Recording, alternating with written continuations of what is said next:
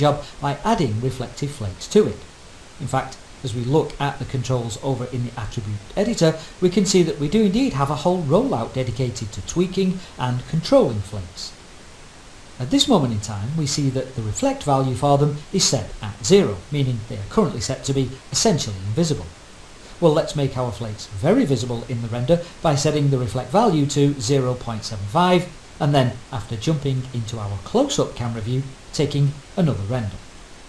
Right away we can see that because our geometry has been created as an accurately scaled toy car, the material, which of course has been designed by default for use with life-sized vehicles, is making our flakes look way too big.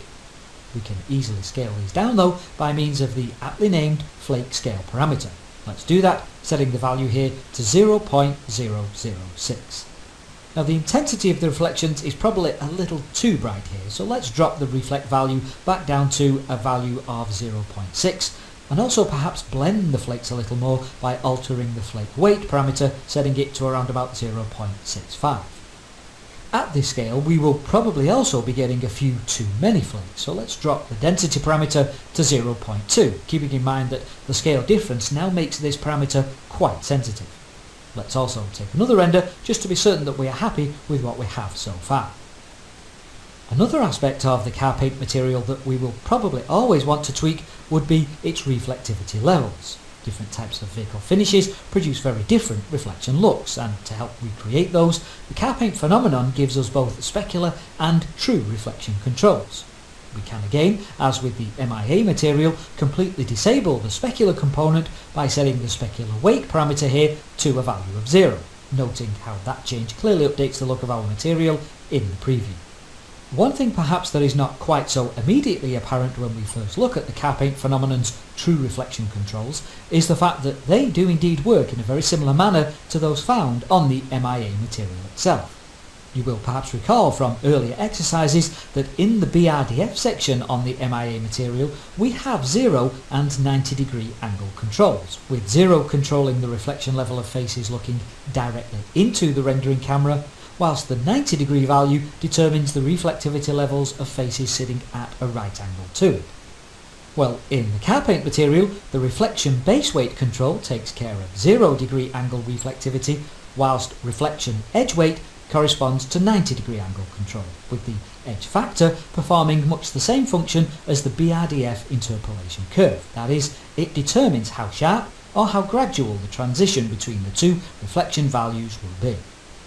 To demonstrate the similarity between these and the MIA material controls, let's set the diffuse colours in this material to black, set the reflection base weight value to 0.9 and the edge factor to 0.5.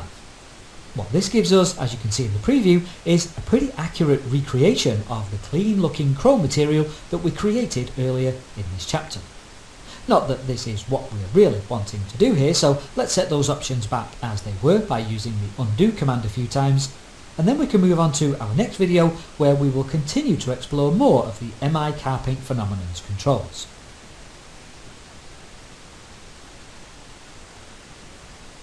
Having already seen how a number of options on the car paint phenomenon work, let's continue our examination of it by taking a look at how we can add blurred reflection effects to it.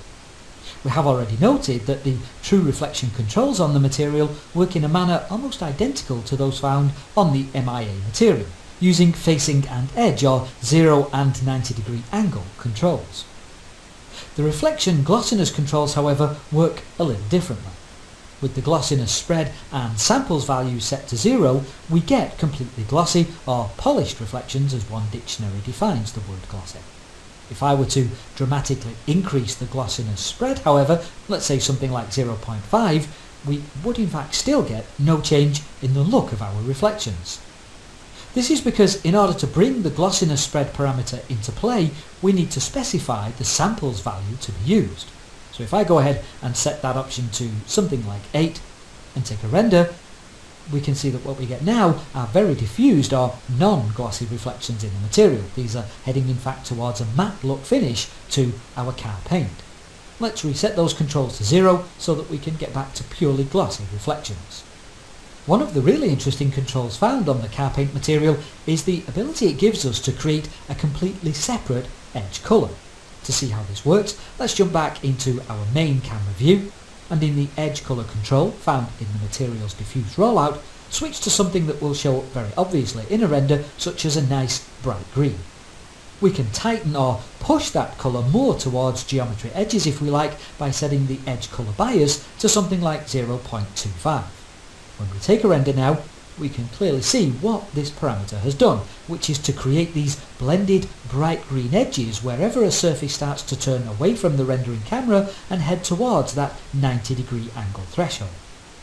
Another nice feature of the colour controls, if I again just reset those changes, is the fact that besides setting up individual base and lit colours, with lit being the colour brought out by direct light hitting the surface, we also have the ability to set different weights and biases for them.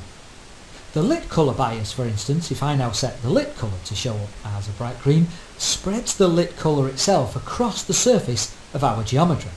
In fact, if I just come down to the reflection controls, and for the time being set both weight parameters here to 0, we can much more clearly in our preview see just what the colour components here are doing.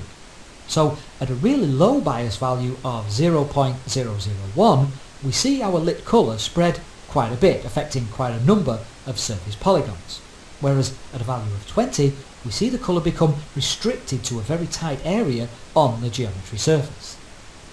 The controls for the collective diffuse components, by way of contrast, give us both weight and bias options, with weight essentially giving us the ability to dial colour values up or down. A value of 1 means no adjustment has been applied, 0 removes colour contribution altogether, whilst anything above 1 multiplies colour values in the material. Diffuse bias, on the other hand, rather than dealing with or controlling colour values, deals instead with the fall-off of diffuse shading. At a value of 1, the material becomes Lambertian in nature, that is, a perfectly diffuse surface, whilst higher values push the diffuse peak towards the light source, producing a more metallic look. Recommended usable values here are between 0.5 and 2, with 1.5 being the default. Now, as if all of the control highlighted over the past two videos wasn't enough, you will have noticed that pretty much every single parameter in the car paint phenomenon can be controlled by means of map types, meaning that although the material itself has been designed with a very specific use in mind, that of creating vehicle finishes, the possibilities for endless material variations within that look becomes almost limitless.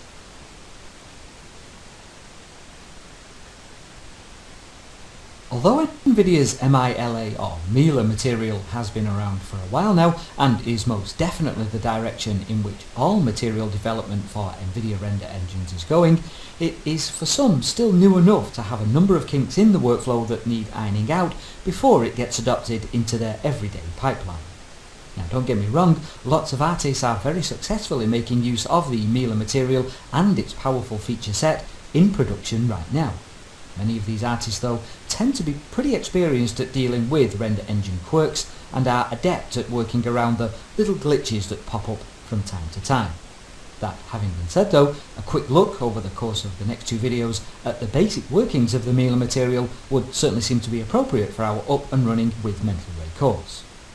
The first thing we will need to grasp then is that the Mila material works quite a bit differently from any of Mental Ray's other main material types. Where the MIA material is a monolithic shader designed to have every feature you might need right there at your fingertips, the Mila material takes a much more efficient add it as and when you need it approach. To take a look at how it does this, let's open up the Hypershade window and from the Mental Ray material section add a new Mila material to the work area. What we get by default is a very basic and easy to work with set of controls that consist of a base component set to diffuse from the drop-down, a colour option that has swatch and map controls, and a roughness slider. Now, dependent upon which of the base component types we choose from the drop-down here, these basic options can and will change. However, the three additional roll-ups that we see here, contribution, material properties, and extra attributes, are always available no matter which base component we choose. Contribution, if we just open that up, gives us the ability to control how much the direct and indirect lighting in the scene will affect this particular material at render time. To demonstrate how this works, let's go ahead and select and hide all of the objects on our shelf here, and then take a quick render of the scene. Now, of course, because we are again using cached Final Gather and Photon Map files, we can still see the occlusion shadows for the hidden geometry, but still, let's jump into Hypershade and select the Mila material that is currently applied to the shelf geometry. This, as you can see in the attribute editor, has the same basic diffuse controls that we have already looked at, only this time of course the colour information is being supplied by an image file. We also see the three additional rollouts that we highlighted a moment or two ago. Going back to the contribution rollout then, let's see what happens if we set the direct light contribution value to 0, the indirect contribution at 2, and then take a region render that encompasses both the wall and shelf geometries. Well, whilst the wall, as we would expect, has clearly remained unchanged, the shelf material now has a much warmer, more saturated look to it due to the fact that direct light contribution has now been removed. Let's see what happens if we switch things around and this time set the direct light contribution to a value of 2 and indirect lighting to 0. Well, this time of course we get a much brighter direct lighting pass, one that is clearly much cooler in colour tone than the indirect lighting. This is because our direct light here is coming from the Mental Ray Sky portals, which of course are pulling their colour information from the physical sky environment shader. With the Mila material then, we get the ability to perform basic but still very quick and powerful scene relighting without actually touching any of the lights in the scene at all. We also have here in the Material Properties rollout the ability to control the opacity of a material once it has been applied to an object, with a value of 1 making it completely visible, whilst a value of 0 of course makes it completely invisible. The map slot gives us a cutout opacity control, meaning we can use a grayscale control map to either add or subtract opacity to and from very specific areas of the material. If we find ourselves needing to make a transparent material that is non-refractive, whilst at the same time still keeping all of the reflectivity properties intact, then we also have a thin-walled option that we can take advantage of. Now, as good as all of these auxiliary controls are in terms of adding special features to the material, what about controlling the main properties of the material itself? How do we go about doing that? Well, let's move on to our next exercise where we can take a look at using the Mila material to recreate the basic diffuse, refractive and reflective materials that we have already looked at earlier in this chapter.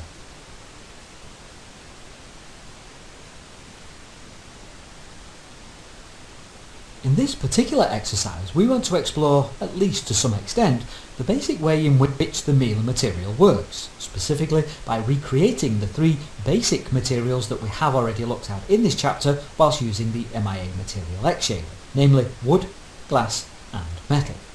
To get started, let's recreate our shelf's diffuse material by opening up the Hypershade window and then adding a new Mila material to the work area, naming it Mila_shelf_diffuse.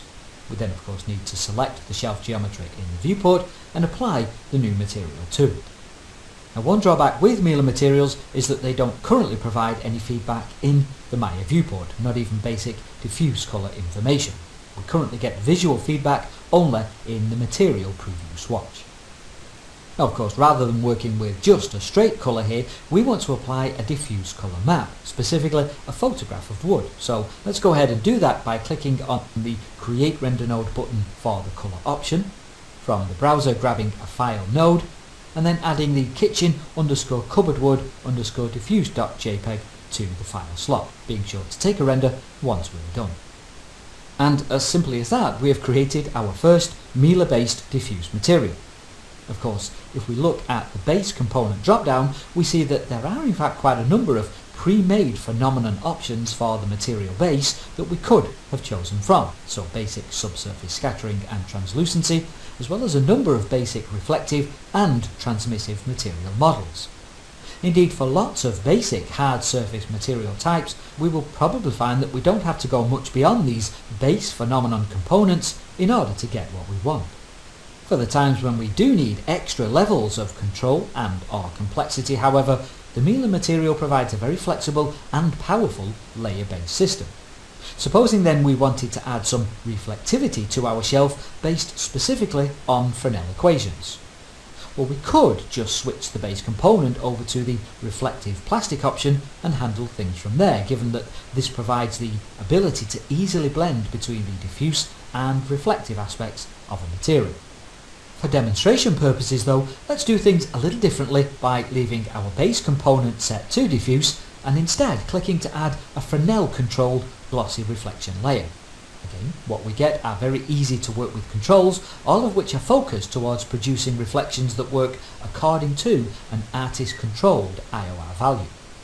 To add something very obvious to our render, let's set the IOR here to 3.5 and the roughness value, which controls how sharp or how blurred the surface reflections will be, to a value of 0.3.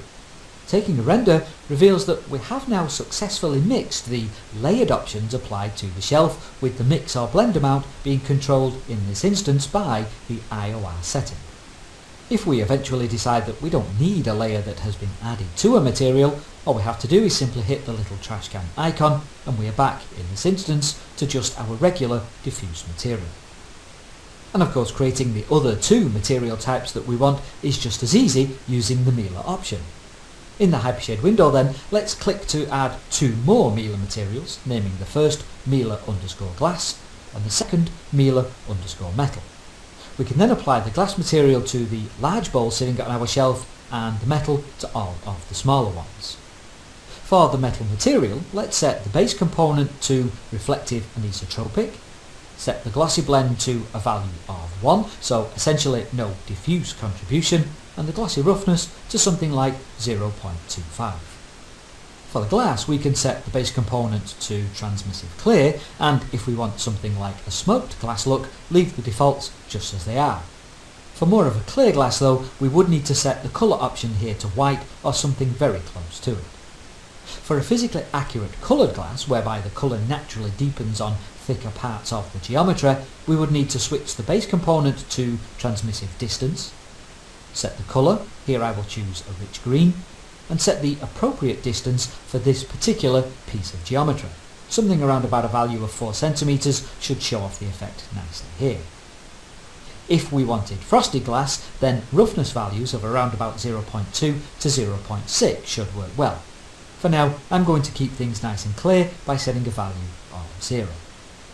With all of those settings in place then, let's take a render and see what we have. Before doing that, however, in order to see the full fruits of our labours, it would probably be a good idea to go ahead and disable the final gather and photon maps that we are currently using in the scene, and instead recalculate the GI solutions with the new Miele materials in place. To do that, let's open up the render settings dialog, and in the indirect lighting tab, turn the rebuild photon map option on, and then delete the current saved map name from the naming field. We then want to do essentially the same thing down in the final gathering map rollout. Now we're ready to go ahead and take a render. And as you can see, with the Miele material, getting really good looking final results is a very straightforward and simple thing to do.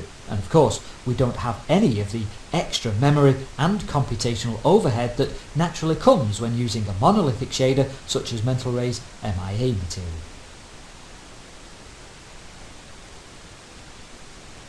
When working with render engines such as Mental Ray, there are certain core fundamentals regarding the technology at work that we, or more specifically our work, will certainly benefit from understanding.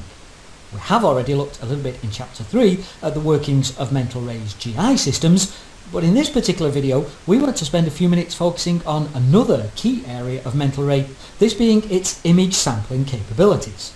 The question we're going to start with then is, just what is image sampling? Well, when we talk about the image sampling process, we are, in reality, talking about the ray trace rendering process itself. You see, in order to collect all of the relevant information required from a scene, such as the shape of geometric surfaces, the properties of applied materials, lighting and shadow information, and so on, our render engine needs to somehow sample the scene so that it can determine what colour values should be drawn in the pixels that will make up our final rendered image. The million-dollar question, of course, is how will this gathering of information be accomplished? Well, this is where we need to dig a little bit into the basic workings of the already mentioned ray trace rendering process, which, generally speaking, goes like this.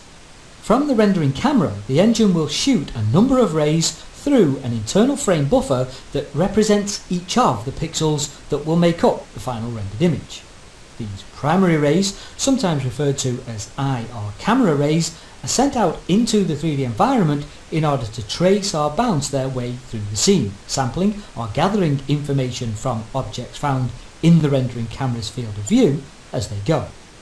As these hit or come into contact with geometric surfaces, they take note of and collect a wide range of information such as diffuse colour values, specular reflectivity levels, and so on. They also, with each hit, send out shadow rays. Their very specific job is to trace a line from the point of surface contact toward any direct light sources that may be found in the environment. These will determine whether or not that specific surface point needs to be rendered as if in direct light or in shadow. Our primary rays will also, on contact, make an evaluation as to whether or not secondary or bounced rays are now going to be required. These are needed when a surface material has properties such as reflections and or refractions in its definition. Once a user-specified amount of sampling or information gathering has been accomplished, all of the data collected up to that point gets returned back along each ray's travelled path, fed into the renderer for evaluation and averaging, and then is drawn in the render view window as a final pixel colour value. Of course, this is an extremely simplified overview of what is in reality an incredibly complex process that can potentially involve millions of rays being cast and traced through our scenes. This simple overview though is enough for us to work with for now, and so move on and take a look at the controls available when working with Mental Ray's unified image sampling engine.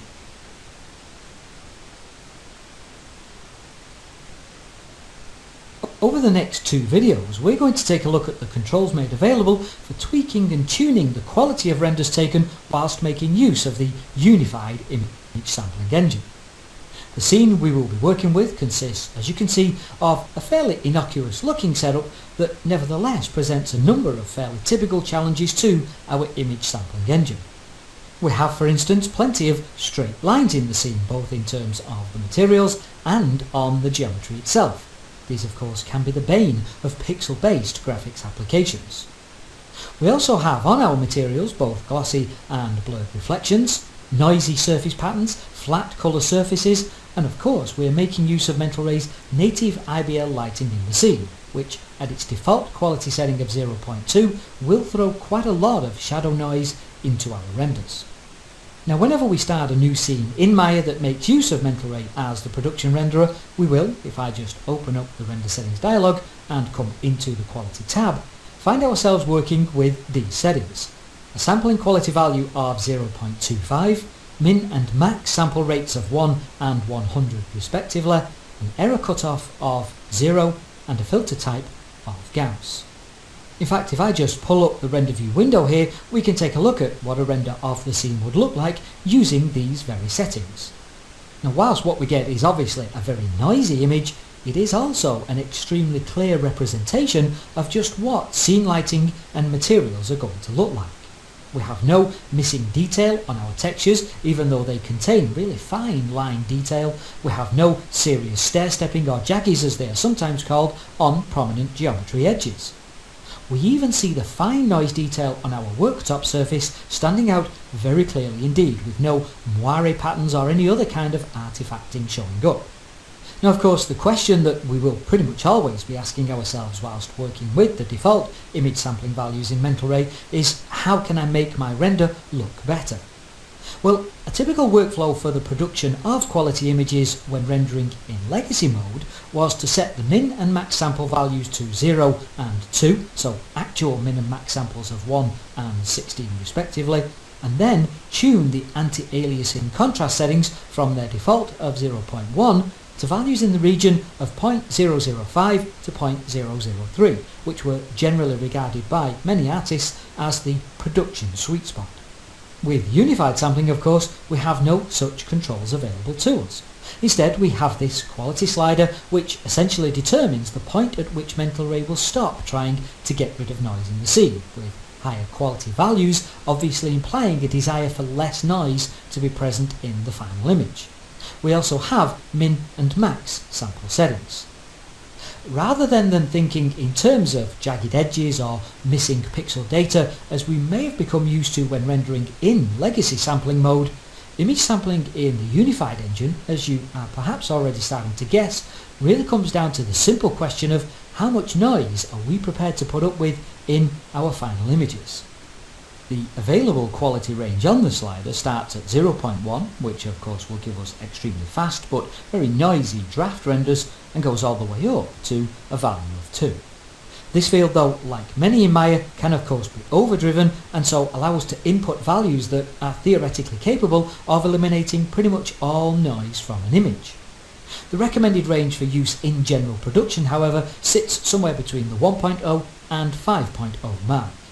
Although once we get up to the 5.0 mark, it may also be time to think about adding a higher max samples value than the default of 100. Of course, the higher the quality settings we use here, the longer our render times are going to be, given we are essentially instructing Mental Ray to become increasingly aggressive in its attempts to seek out and eliminate noise in our image. In fact, let's move on to our next exercise, where we can go ahead and make an examination of both the render quality and render times that we can get from the system whilst working with the quality control slider.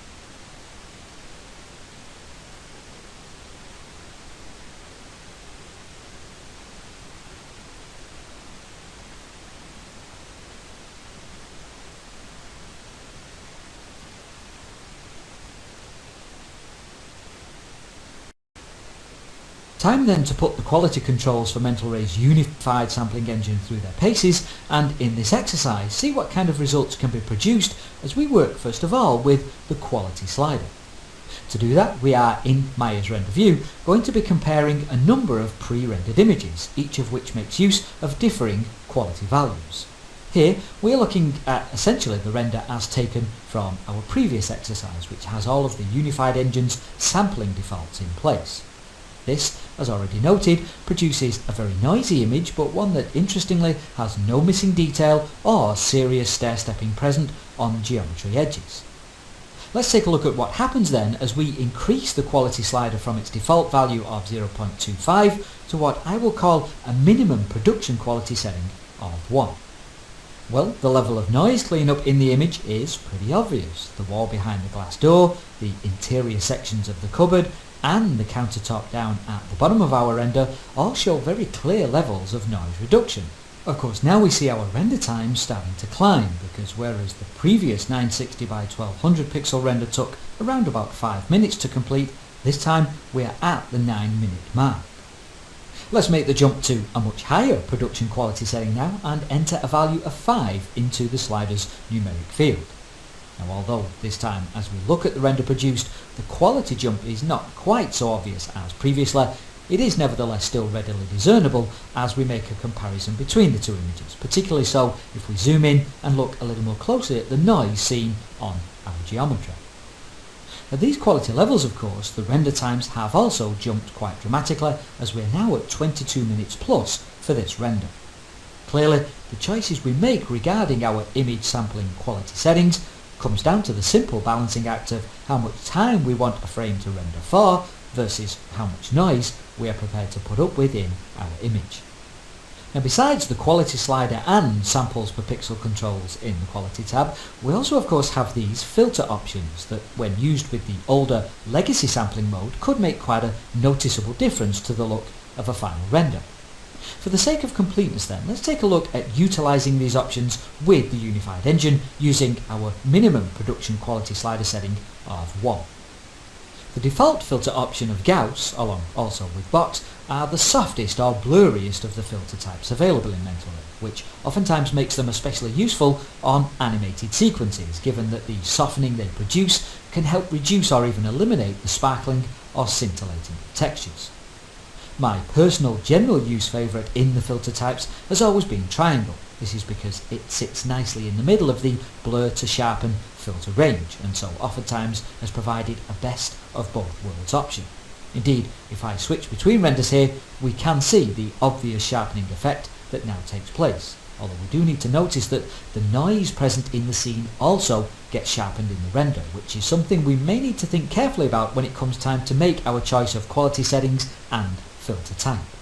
In fact, if I go ahead and take a look at the Lanczos render, which is the sharpest of the filter types available in mentalray, you can see that pretty much all we get here is a shifting around of the noise. Now, if it is that we're going to be applying any kind of post-production effects to our renders in applications such as Photoshop or After Effects, then we may well want to avoid baking this level of sharpening into the renders that come out of mentalray, seeing as we can instead apply sharpening as a post effect where we can dial the strength up or down as much as we please. Now, of course, there are other sample settings in mentalray that will affect the final quality of our renders. For instance, material-based samples such as those used for blurred reflections, shadow samples seen on soft-edged or area shadows, the IBL skylight with its shadow quality setting. All of these, where they exist in a scene, will need to be set at reasonable and balanced sampling levels if we're to get the best possible speed to quality ratio from our mentalray renders. Indeed, one way that we can go about accomplishing this is to make use of Unified Sampling's diagnostic tool, which gives us the ability to check sample distribution in the scene. In our next exercise then, we will take a look at how we go about creating a diagnostics render whilst using the Unified Sampling engine.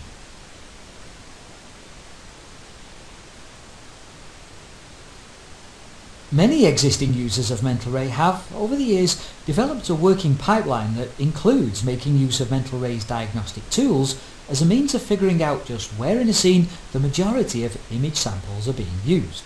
This of course is a brilliant way to fine-tune our render settings. In this video then, given that outputting a diagnostic whilst using the unified sampling engine is a bit of a different process as compared to using legacy sampling mode, we want to quickly run through the steps required.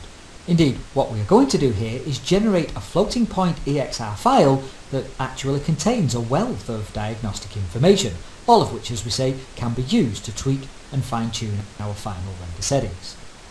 To go ahead and generate this diagnostic frame buffer, the first thing we will need to do is ensure that we are actually rendering with the unified sampling engine from inside the render settings quality tab. Once we are sure of that, we can come down to the sample options rollout and put a check in the diagnose samples box. Now, in terms of setup, that really is pretty much it. We will of course need to set the sampling level that we want to use here, so a value of 1 on the quality slider should work just fine for now, and then we can go ahead and take a render. Now, whilst it may at first appear as if nothing more than a standard render has been produced here, if I just open up the render view file menu, come down to load render pass, and then click on the diagnose samples option, you can see that what we get is a diagnostic.exr file that opens up in NVIDIA's InfDisp application. Now, you may be wondering why we are looking at this image, as all we appear to be seeing is a strangely coloured version of the render that we can already see in Maya's render view. Well, first appearances can indeed be deceptive, because if I open up the layer menu here, you can see that we have access to a number of diagnostic layers, each of which contains a specific type of diagnostic data. As we are currently interested in our image sampling rates, let's select the buffer samples layer and see what we get. Well, what we appear to have is a completely white image. The problem here is that the exposure values at work in the scene are masking the sampling data that is in fact contained inside this image. To rectify this, all we need to do is dial down the exposure value on the UI here. Something around about -5 should cause everything to come nicely into view. Lighter portions of the image that we now see denote areas in the scene where higher levels of image sampling are being used. Darker areas show the use of less samples, whilst the darkest portions represent areas where the bare minimum number of samples available have been used. If we want or need sampling information that is a little more precise than this simple visual evaluation, we can hover our mouse cursor over the image and notice that down at the bottom of the InfDisp UI we get a readout that tells us, amongst other things, the exact number of image samples being used on a pixel by pixel basis. Indeed, as we roll over the values here, we may quickly come to discern that our current quality setting isn't actually making use of the maximum number of samples allowed in this scene, which of course is the unified default of 100. We can also see that some of the flatter areas, the back of the cupboard for instance, are only making use of fairly low sampling rates. Now, both of these pieces of information could suggest that we may want to push our quality slider up a little in order to force a more aggressive level of sampling from the system. No matter what we are rendering then, the ability to quickly and easily output a diagnostics image that we can then scrutinise in order to help fine-tune the rendering of our scene will always be an extremely handy piece of functionality to have access to.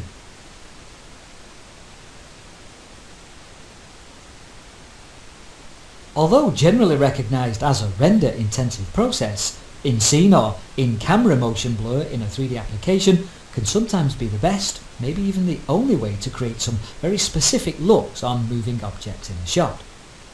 In this video then, we're going to focus on using Mental Ray's motion blur tools and hopefully demonstrate just how easy creating this effect can be.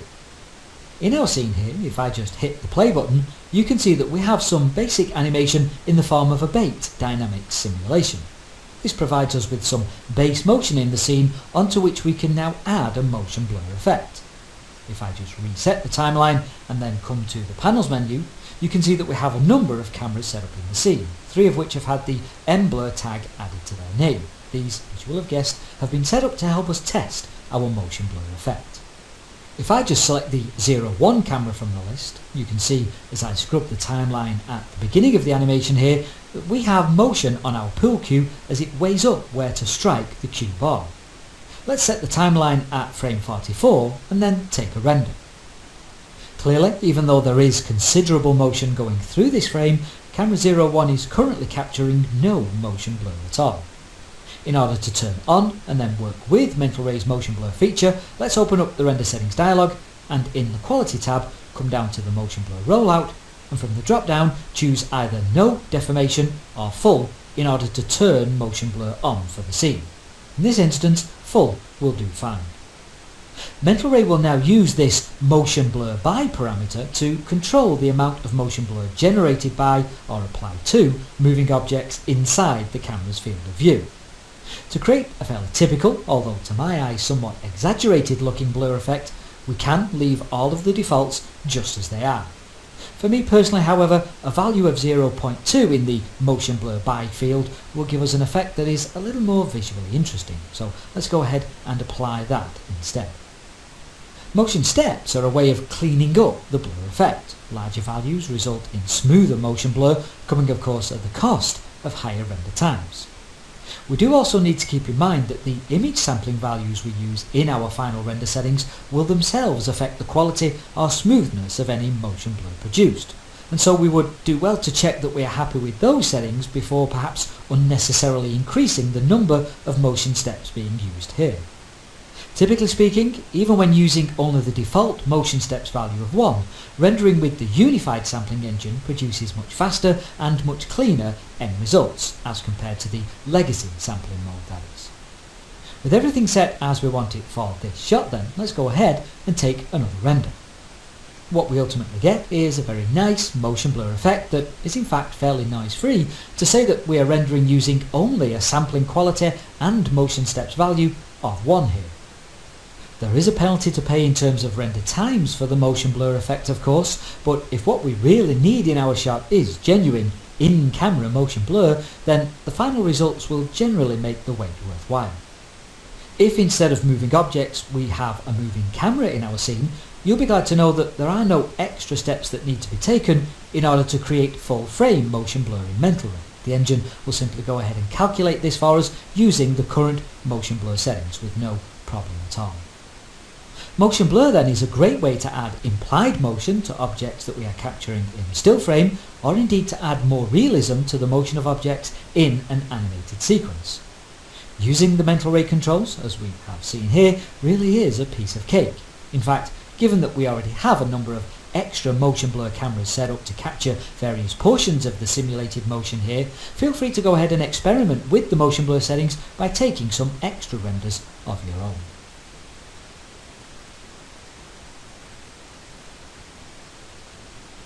When it comes to adding a photographic depth of field effect to our renders, there are in fact a number of options available to us whilst working with the Mental Ray engine in mind. In this video, we're going to focus on the main UI controls available for creating genuine in-scene depth of field whilst rendering with a Maya camera. As we already have a dedicated depth of field camera positioned in the scene, let's jump into that by coming to the Panels menu and from the Perspective flyout choosing the Cam_DOF option. As we need access to our camera's control parameters, let's make certain that it is selected. And then over in the Attribute Editor, take a look at the depth of field controls found, naturally enough, in the depth of field rollout. As you can see, the depth of field control mechanisms in Mental Ray really couldn't be simpler. We have a checkbox to enable and disable the effect, which we of course want enabled for this exercise. We have a focus distance that sets the point of focus in the scene, in other words the portion of the scene that we won't be blurring. We have an f-stop value that controls how deep or how shallow the depth of field effect in the render will be. And then finally we have a focus region scale that essentially acts as a scale factor for the focus distance value, irrespective of the current f-stop setting. Now there are also a couple of ways that we could go about determining the depth of field values that we want to use here. How we go about doing that will really depend on the strength of depth of field effect that we are wanting to apply to our renders. One quick and easy way to get a usable focus distance value is to select an object that is somewhere around about the centre of the zone that we want to be in focus, so let's say our cue ball here, come to the Display menu, and then from the Heads Up flyout choose Object Details. This gives us an in-viewport display that tells us, amongst other things, the distance of this particular object from the viewing camera, 154.4 centimeters in this instance. Let's reselect our rendering camera then and apply that value to the depth of field focus distance parameter. What we see in the viewport, which is a nice aspect of using these depth of field controls in conjunction with viewport 2.0, is a preview showing us a soft depth of field effect on the pool ball sitting closest to the camera, whilst up at the top of the table, the cue ball that we picked as our point of focus has remained pretty sharp looking.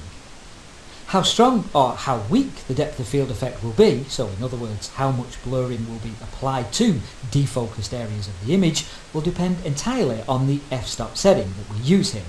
In fact, let's take a render of what we have and see how close the viewport preview gets to the final rendered effect. Well, the answer to that question would be pretty close indeed. The cue ball at the far end of the table looks nice and sharp, whilst the ball sitting closest to the camera show that a fairly subtle blur effect has been applied to them. To deepen the focus depth and so make the effect here even subtler, which oftentimes is the best way in which to make use of depth of field, we can increase our f-stop number to 8 and then see what we get from another render, which in the end is pretty much the effect that I was after. We could even of course easily flip the effect that we have here by setting a focus distance of about 32 centimeters and of course rendering again. Now although the quality of the render here is pretty good, should we want or need to create an even cleaner or smoother looking final render, all we would really need to do is increase the quality of our image sampling settings. Do be warned though that any kind of significant increase to the quality settings, especially when used in conjunction with depth of field, will probably impact our render times quite noticeably. I'm sure you will agree though that using Mental Ray's depth of field controls really couldn't be simpler. All we need to do is set the point of focus for our shot using the focus distance value, set the depth of focus for our shot using the f-stop value, and then simply render away.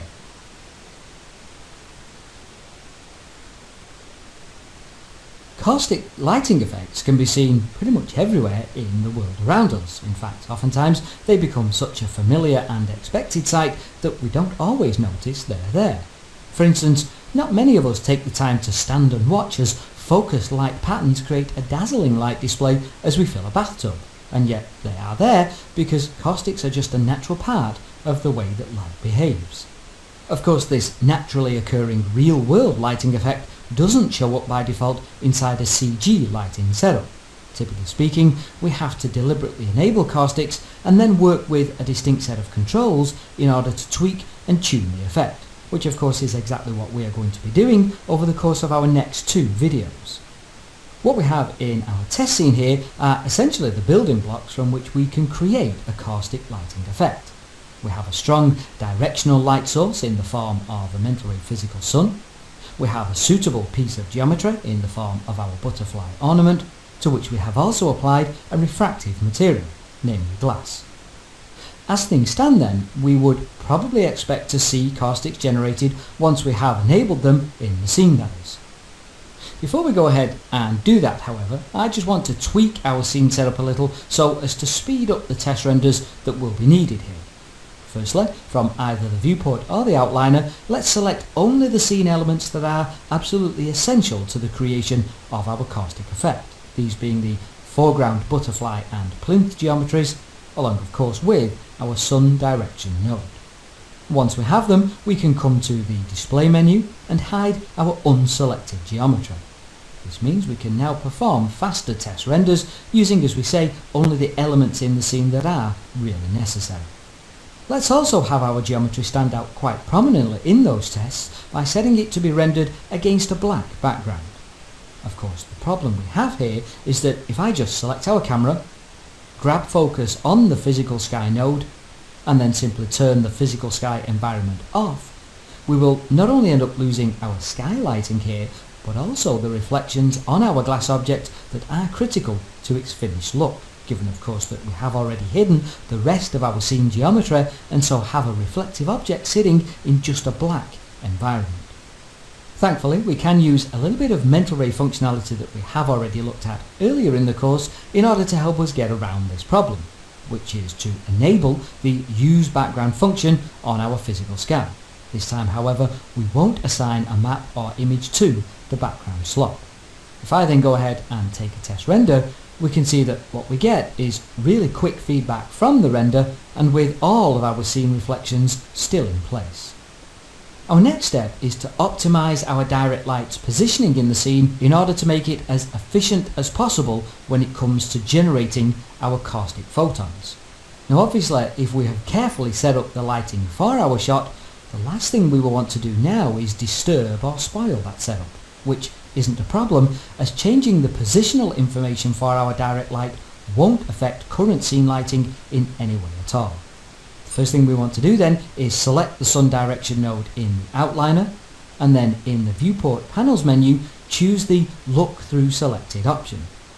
Now seeing as we are wanting to look through our direct light here as if through a normal Maya camera, let's go ahead and pull up the camera options, and then from the orthographic views rollout uncheck the orthographic option. What we are able to do now from the viewport's view menu is use the frame all command, which will nicely reposition our sun in the scene, focusing it on our butterfly geometry. Because this move hasn't altered our direct light's orientation in any way though, the original lighting that we had set up in the scene has been left completely intact. In fact, let's jump back into our caustics camera view, save our earlier render, and then take a new one just to make certain that what I am saying here is correct. Once done, a quick flick between the two renders shows that both lighting and shadows have remained completely untouched. Finally, as we clearly have no caustics effect present in our renders as of yet, we can go ahead and enable caustic photons in the scene by opening up the render settings dialog, coming into the indirect lighting tab, and then in the caustics rollout putting a check in the caustics option that we see there. Now if I go ahead and save the current image and then hit the render button again, we will quickly see that enabling caustics and actually getting them to appear in the scene can oftentimes be two very different things. The simple truth is that there are a number of very specific steps that have yet to be taken in order for us to generate and render caustics with mental ray, which we will of course take a look at doing in our very next exercise.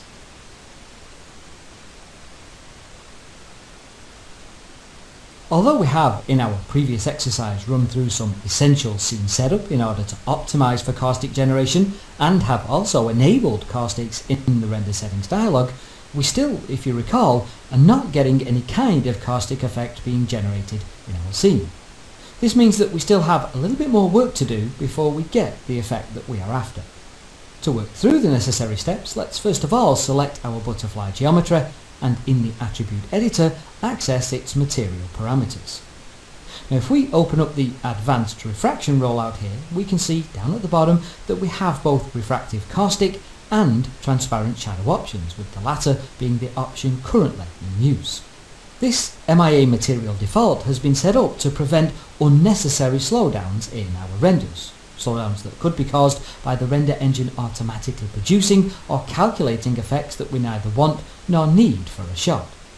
Rather than automatically adding the computationally expensive caustics then, the MIA material instead gives us a fairly nice looking transparent shadow effect.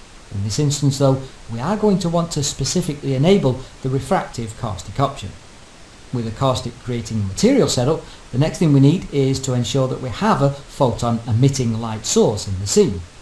To do that, let's select the sun direction node from the outliner and then jump into the caustic and global illumination rollout over in the attribute editor, where we can put a check in the emit photons option. Now typically speaking, all that should be left for us to do is hit the render button. If we did that however, we still wouldn't see any caustics being generated in our scene.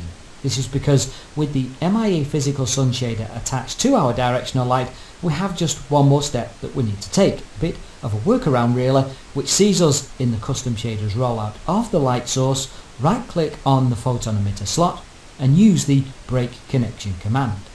This means that we can now make use of the light object's own photon intensity controls instead. With that done, if I again take another test render, we can see that we are most definitely now getting caustics in our scene, an effect that is currently way too strong to be of any real use to us. Back in the caustic and global illumination rollout then, let's set the intensity for the caustic photons at a value of about 150 and again see how that looks. Well, whilst we have certainly brought our caustic effect into a much more usable range, the whole thing is looking a little too soft for my liking. Let's sharpen things up by first of all increasing the number of photons being generated. Something like 1 million should do nicely. We can then add a little more sharpness to them by coming into the render settings dialog, dropping the photon accuracy value down to something like 40, and then finally switching the filter type over to cone.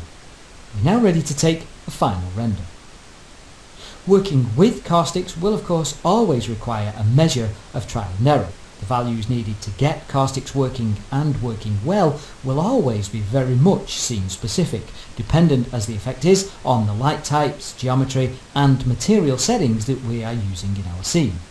Still, the basics that we have looked at over the past 2 videos should be more than enough to get us up and running with creating caustic effects of our own.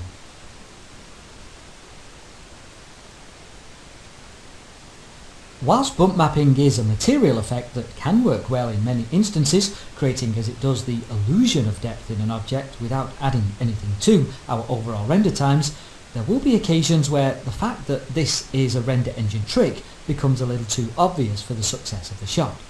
On such occasions, especially where the believability of a material or object is integral to the success of the project, we may want to swap bump mapping for displacement mapping. One extremely nice feature that Mental Ray shares in common with many ray trace render engines available for Maya is its ability to generate render time displacement based on grayscale inputs. This means that rather than having to process extremely dense meshes in the viewport whilst we work, we can postpone all of the heavy mesh subdivision required for good displacement until we actually hit the render button. To make a start at creating our displacement effect, let's take an initial render of our scene, so as to have something against which we can make progress comparisons as we go. The first thing we want to take note of in the render, if I just zoom in here, is the fact that the outline of our egg geometry is, in and of itself, perfectly smooth. No real breakup or irregularities at all, other than the natural polygon outlines that we are seeing, even though we do have small surface detail being provided by means of a bump map in the material. To change this behaviour and add breakup to the surface, let's open up the Hypershade window, where the first thing we need to do is come into the Materials tab, select the egg material, and then from up on the toolbar, click to graph both the incoming and outgoing connections for it. Next, we need to create the network that we will be using in order to actually displace our egg geometry. So, with the Shading Group node selected, let's, in the Shading Group Attributes rollout, click to add a control map to the displacement mapped slot. In the file node for the displacement flow, seeing as we are wanting to use a grayscale bitmap to control our displacement, let's click to add our grayscale egg displacement map. If we now draw a region around our egg inside the render view window and then take another render, we can see that we do indeed have displacement working. Now, whilst that statement may be true, we can also see that we are in need of adding a little bit of finessing to the displacement effect in order to achieve a quality end result. One obvious problem that we have, if I just scrub to compare with the non-displaced render here, is the fact that our geometry has somewhat ballooned in size, which in this instance is not really the effect that we're after. This inflation of the geometry happens because in Mental Ray, every non-black pixel found inside a displacement control map pushes the mesh outward. As you saw when we added the control map to our shader network, the vast majority of pixels in this particular control image are indeed non-black. To dial down the strength at which our displacement map is being applied then, let's jump into the colour balance rollout for the file node and set the alpha gain value to around about 0.375. We need to do this because Maya typically connects file textures being used for bump and displacement mapping via their alpha attribute. With the alpha is luminance option enabled, however, Maya will instead use the intensity or luminance values of pixels found in the RGB image to create the effect. It is still, however, the alpha gain value that will control the intensity of those pixels as applied to the bump or displacement effect. Saving the image we already have in render view and then rendering again reveals that we now have a much more acceptable level of displacement. Of course, things are still in need of some tweaking here, as I really want to create a somewhat smoother, cleaner looking final result. which is why at this point we're going to move on to our next exercise, where we will add a mental ray displacement tessellation approximation node to our egg geometry in order to refine and clean up the displacement effect that we're getting.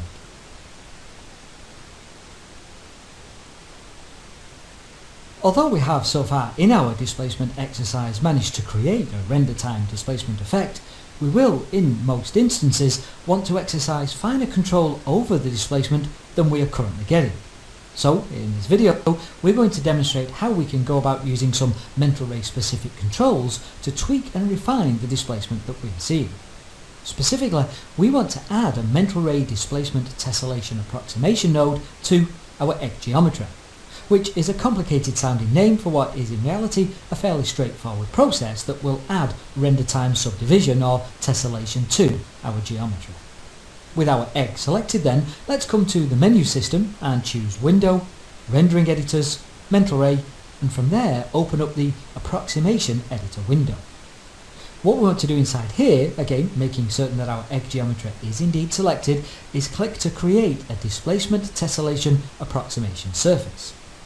Now whilst we could, over in the attribute editor, work with pretty much any of the approximation methods made available to us, for ease of use I'm going to choose the spatial method here, set the maximum number of subdivisions allowed inside the displacement effect to 6, and then finally set the length value to 0.02 and check the view dependent option. The length value here is used to determine the maximum allowed size of an edge inside the displacement effect. The smaller the edges allowed, the finer the displacement effect can be. And by default, this value is measured in scene units. With the view dependent option checked, however, they are measured instead in pixels, which of course naturally means that the further an object is away from the rendering camera, the less subdivision it will have applied to its surface. With those settings in place then, let's take a render in order to see what we have. Clearly, the result we see reveals a much refined and smoother displacement effect, and if I just zoom in quite a way in the render view window, we can indeed see that, unlike at the start of our exercise, the geometry profile is no longer completely smooth and unbroken. Because of the detail contained in the grayscale map, we are seeing definite pits and breakup in the geometry outline, which certainly makes this a much more believable object, especially so when the rendering camera is set this close. And we could of course push the effect or strength of the displacement by increasing the alpha gain value on the grayscale map file node if we so desired. Finally, I also want to use our grayscale displacement map here to add one more effect to the finished render, which is to dial down the reflectivity of our material in areas where the displacement creates these depressions. To do that in the Hypershade editor, let's middle mouse click and drag on our displacement input file node and drop it onto the egg MIA material, making certain to connect it up to the material's reflection colour port. The final render reveals that we do indeed now have a very nice looking final displacement effect. Whilst of course bump mapping, wherever possible, is going to be the preferred option for adding detail to a surface from a memory and render speed point of view, that is, on occasions where the level of realism required in our objects and or materials is critical to the success of a project, we may find that the use of displacement mapping becomes an absolute must.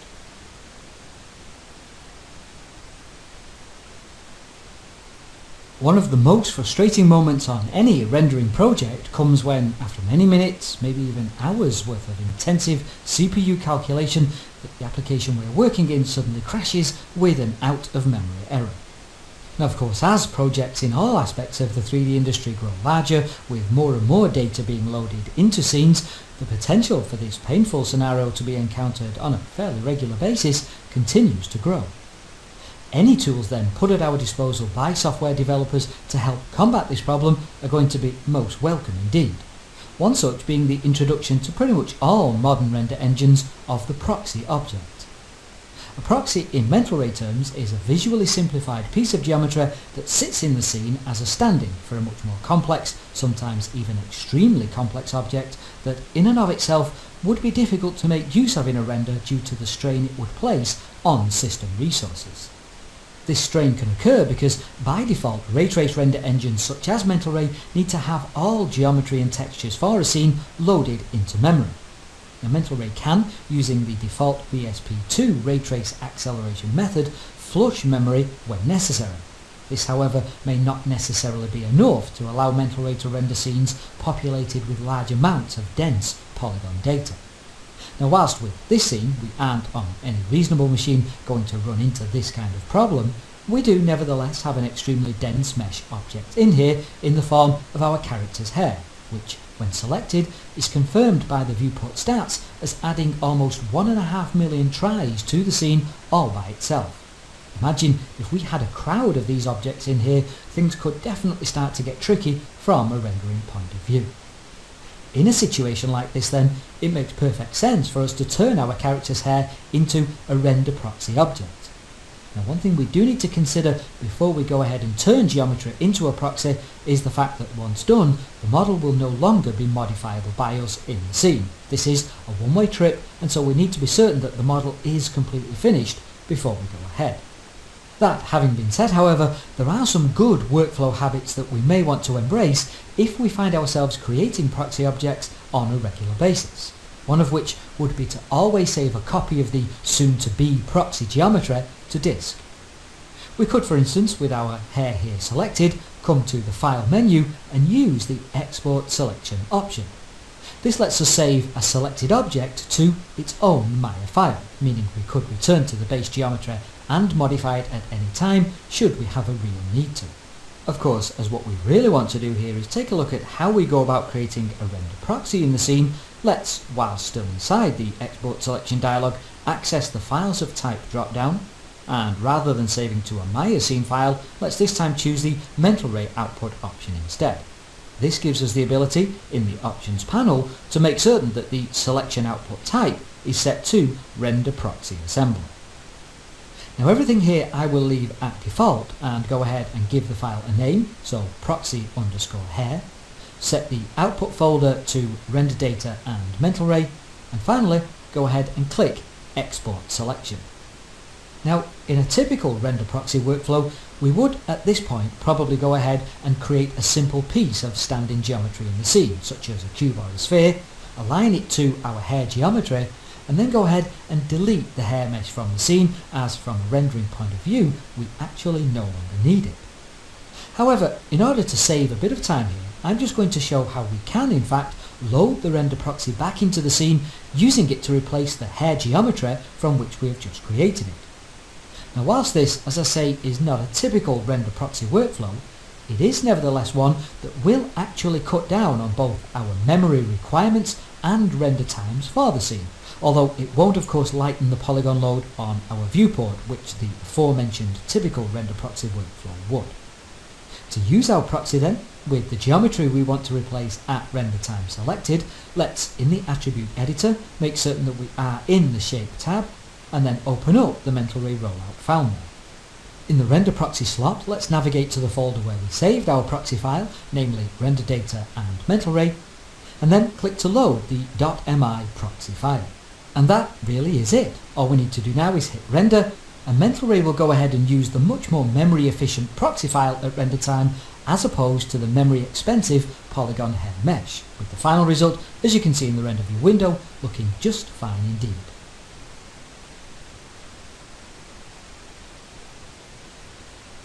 Although we have come to the end of our up and running with Mental Ray in Maya course, your education as a render artist certainly doesn't stop here, especially so given that lynda.com offers lots of great courses that can help you continue to grow your lighting, texturing and rendering skills.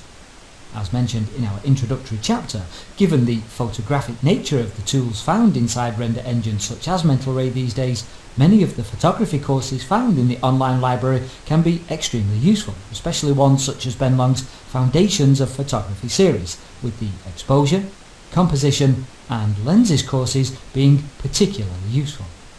There are also lots of online resources connected to the Mental Ray renderer, with special mention going to NVIDIA's own nvidia-arc.com website. Here, in the Mental Ray section, we can get info on the latest updates to the Mental Ray engine, as well as having the option to join NVIDIA's Advanced Rendering Forum, which has a section of course dedicated to Mental Ray. One learning resource you could make good use of would be the exercise files download provided with this course. We have very deliberately used a variety of lighting and exposure setups in these files to demonstrate the diverse approaches that can be used. A lot can be learned from simply picking apart working scene files and maybe even observing how changes you make to them affect the resulting renders. Ultimately, the learning approach I would encourage the most is that of getting as much practice using the Mental Ray engine as possible.